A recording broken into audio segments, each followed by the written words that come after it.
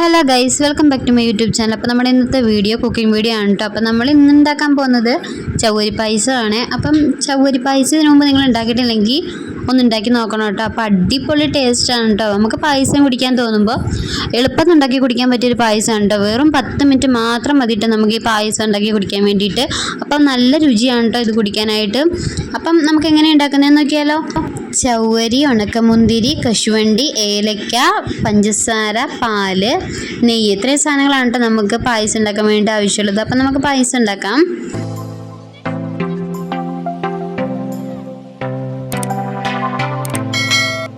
Flame on ചെയ്ത് നമ്മൾ പായസം ഉണ്ടാക്കാൻ പോകുന്ന പാത്രം അടുപ്പിൽ വയ്ക്കുക. പാത്രം ചൂടായി വരുമ്പോഴത്തേക്ക് നമ്മൾ അതിനകത്തിലേക്ക് 1 കപ്പ് പാൽ ഒഴിക്കണം. പാലൊന്ന് തിളച്ച് പാൽ അത്യാവശ്യം ഒന്ന് വേവണം ലോ ഫ്ലെയിമിലിരുന്ന്. അപ്പോൾ നമ്മുടെ പാലിവിടെ ചൂടായിട്ട് തിളച്ച് വരുന്നുണ്ട് കേട്ടോ. അപ്പോൾ ലോ ഫ്ലെയിമിൽ വെച്ച് നമുക്കൊന്ന് വേവിച്ചെടുക്കാം കേട്ടോ. പാൽ എപ്പോഴും വേവണം, അപ്പോഴായിരിക്കും നമ്മൾക്ക് കൂടുതൽ ടേസ്റ്റ് ഉണ്ടാവും കേട്ടോ പായസത്തിന്. ഇനി നമ്മുടെ പാലിലേക്ക് നമ്മൾ കുതിർത്ത് വെച്ചിരിക്കുന്ന നമ്മുടെ ചവ്വരി ഇട്ട് കൊടുക്കാം കേട്ടോ. ഞാൻ 15 മിനിറ്റാണ് കേട്ടോ നമ്മുടെ ചവ്വരി വെള്ളത്തിലിട്ട് കുതിർത്തിരിക്കുന്നത്. അല്ലെങ്കിൽ ചവ്വരി വേവാനായിട്ട് കുറച്ച് അധികം സമയം എടുക്കും കേട്ടോ. അത് കാരണമാണ് നമ്മളൊന്ന് കുതിർക്കുന്നത്.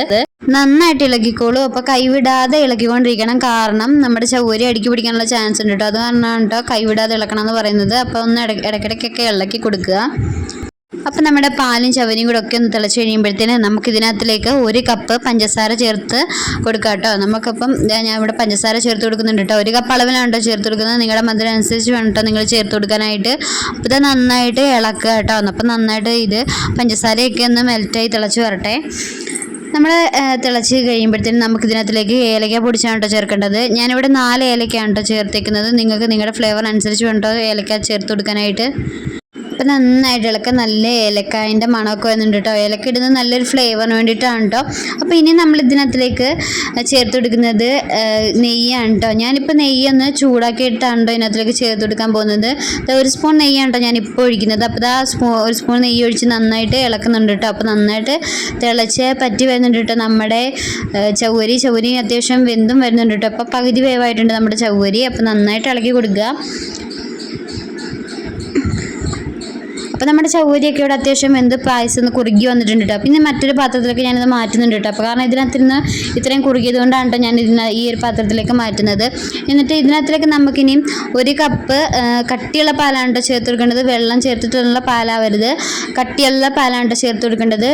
പാലും കൂടി ചേർത്തിട്ട് ഒന്ന് തിളച്ചതിന് ശേഷം മാത്രം നമുക്ക് ഫ്ലെയിം ഒന്ന് ഓഫ് ചെയ്യാം. അപ്പോഴത്തേനും നമ്മുടെ പായസം കറക്റ്റ് പാകമായിട്ടുണ്ടാവും കേട്ടോ. അപ്പോൾ ഇതാ ഞാൻ പാലൊഴിച്ച് കൊടുത്തു.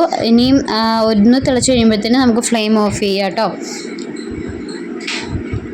ഇനി നമുക്ക് നെയ്യ് മൂപ്പിച്ച് അതിനകത്തിലേക്ക് നമുക്ക് കശുവണ്ടിയും ഉണക്കമുന്തിരിയും കൂടെ ഒന്ന് മൂപ്പിച്ച് നമ്മുടെ പായസത്തിലേക്ക് ചേർത്ത് കൊടുക്കാം കേട്ടോ. അപ്പോൾ ഇതാ നമ്മുടെ കശുവണ്ടിയും ഉണക്കമുന്തിരിയൊക്കെ ഒന്ന് മൂപ്പിക്കുകയാണ്. ഇതാ മൂത്ത് വന്നിട്ടുണ്ട് കേട്ടോ. അപ്പോൾ നമുക്കിനി പായസത്തിലേക്ക് ഒന്ന് ചേർത്തെടുക്കാം. അപ്പോൾ ഇതാ നമ്മുടെ ചവ്വരി പായസം ഇതാ ഇത്രേ ഉള്ളൂ കേട്ടോ. അടിപൊളി ടേസ്റ്റാണ് കേട്ടോ. വീണ്ടും പറയണം, അപ്പോൾ എല്ലാവരും ഒന്ന് ഉണ്ടാക്കി നോക്കണം കേട്ടോ. മസ്റ്റ് ട്രൈ ആണ്. അപ്പോൾ ഫീഡ്ബാക്ക് ഒക്കെ അറിയിക്കാൻ മറക്കരുത് കേട്ടോ. അപ്പോൾ നമ്മുടെ ചാനൽ ഇഷ്ടപ്പെടുകയാണെങ്കിൽ സപ്പോർട്ട് ചെയ്യണം, സബ്സ്ക്രൈബ് ചെയ്യണം. അപ്പം നിങ്ങൾ നമ്മുടെ നോട്ടിഫിക്കേഷൻ ഒന്ന് ഓൺ ചെയ്യുകയാണെങ്കിൽ നമ്മളിടുന്ന പുതിയ വീഡിയോസൊക്കെ നിങ്ങൾക്ക് വരുന്നതായിരിക്കും കേട്ടോ. അപ്പോൾ ഇനി മറ്റൊരു വീഡിയോയിലൂടെ കാണാം. Bye, see U.